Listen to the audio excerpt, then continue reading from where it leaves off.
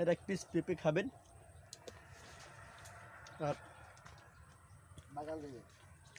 কি বলবো আর কি, এর এক পিস পেঁপে খাইলে মনে করেন কলিজে ঠান্ডা হয়ে যায় আর স্বর্গে চলে যাবেন। আর যদি পাকে ভাই আসলে খুব মিষ্টি।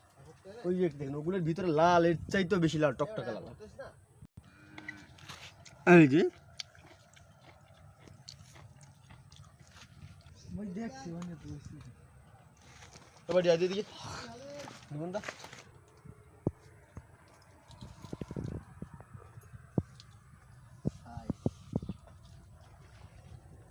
জায়গায় দেওয়া লাগবে, সবাই ধরলে